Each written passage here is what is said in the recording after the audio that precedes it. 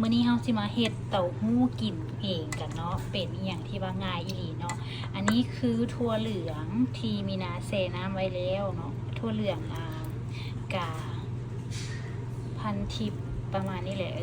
นี่เนาะอันนี้เม็ดถั่วเหลืองที่ว่ามาน้ำไว้ประมาณ3-4 ชั่วโมงเนาะก็จะได้ประมาณนี้ก่อนที่ว่าจะได้แบบนี้เนาะหลังจากที่มาแล้วมีนาจะล้างน้ำจนกว่าน้ำจะมันใสเนาะน้ำใสก็แปลว่าใส่ได้เนาะตัวนี้มันครึ่งกิโลเด้อครึ่งกิโลก็จะได้ประมาณ5 ลิตร6 ลิตรนี่แหละเนาะแล้วแต่ความเข้มข้นของคนว่าอยากมักเข้มข้นส่ำใดเดี๋ยวมาเบิ่งต่อเนาะเดี๋ยวมีนาจะสาธิตการปั่นแล้วก็กล่องให้เบิ่งเนาะมีนาได้ลองปั่นไปรอบนึงแล้วแต่เลยจะเห็นคราบอยู่ใน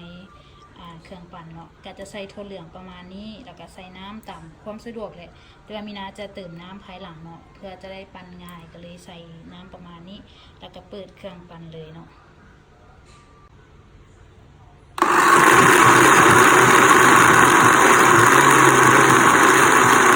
หลังจากปั่นแล้วเนาะเขาก็จะมากรองใส่ผ้าขาวบาง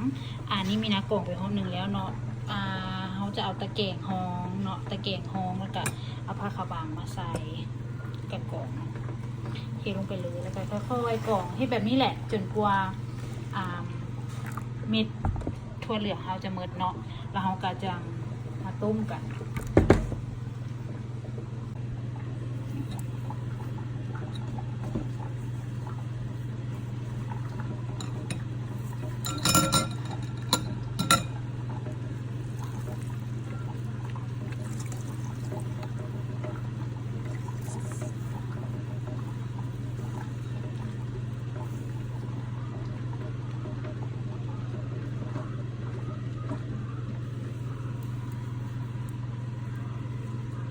ไปเรื่อยๆเนาะจนกว่า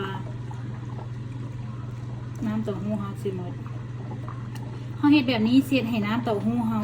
ใสสะอาดเขาเอิ้นว่าใสแบบน้ำใสน้ำละเอียดเนาะมันจะแบบกลืนง่ายมันจะบ่เฟือดคอสินะขนาดตรงแบบสิเนาะแต่ว่าความเข้มข้นก็ยังคือเก่าเด้อความเข้มข้นของเต้าหู้ก็ยังจะคือเก่า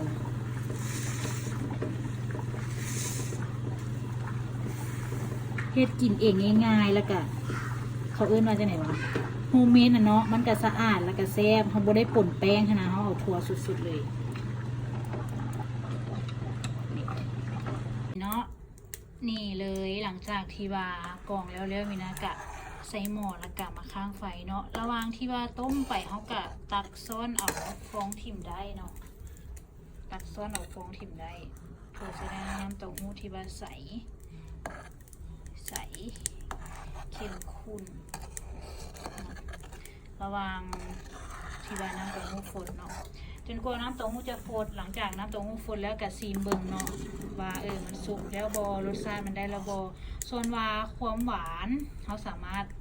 เติมเอาภายหลังเนาะเดี๋ยวเขาจะมาซีมไปพร้อมๆกันนี่เลยน้ำเต้าหู้เขาได้ทีแล้วเนาะหลังจากที่เคี่ยวประมาณ20 นาทีนี่แหละเนาะมีลาลืมบอกว่าเอาใบเตยหอมมาใส่ในเด้อเนาะเอาใบเตยหอมประมาณ10 ใบเนาะเอามาล้างแล้วก็ถิ่มใส่จะได้ความหอมของใบเตยเนาะเป็นน้ำเต้าหู้ที่ว่าแซ่บเดี๋ยวเราสิตักใส่แก้วเรามาลองชิมน้ำกันเนาะเย้เรียบร้อยแล้วเนาะอันนี้ก็คือน้ำเต้าหู้4 มือมีนาเนาะคั้นเองกับมือเลยหอมใบเตยขนาดเลยเนาะสำหรับคนใดที่ว่ามากแบบหวานก็สามารถเติมน้ำตาลได้ตามความพอใจเนาะแต่ว่าในหม้อเด้อพิเศษเคล็ดลับอีหลีมีนาจะเติมเกลือลงไป2 บวงซาเนาะ2 บวงซาบวงน้อยๆนะมันจะได้ความกลมกลมขึ้นมาหน่อยนึงแล้วก็ความหวานแม่นเอาตามใจมากเขาเลยเนาะอันนี้กินอุ่นๆเด้อทุกคน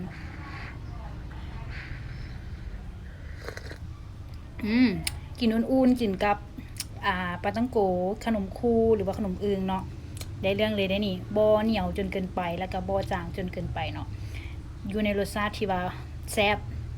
การันตีว่าแซ่บเฮ็ดเองเนาะสำหรับไผที่ว่าสนใจอยากเอาลองเฮ็ดเบิ่งเดี๋ยวมีนาสิบอกรายละเอียดอยู่ใต้คลิปนี้เนาะสามารถกดไลค์กดแชร์และกดติดตามหรือว่ากด Subscribe กดกระดิ่งให้มีนาแน่เนาะเดี๋ยวครั้งต่อไปมีคลิปวิดีโออีหยังเกี่ยวกับการเฮ็ดอาหารการเฮ็ดขนมอีหยังต่างๆเดี๋ยวมีนาจะอัปเดตให้เบิ่งเนาะสำหรับมื้อนี้ไปก่อนบ๊ายบาย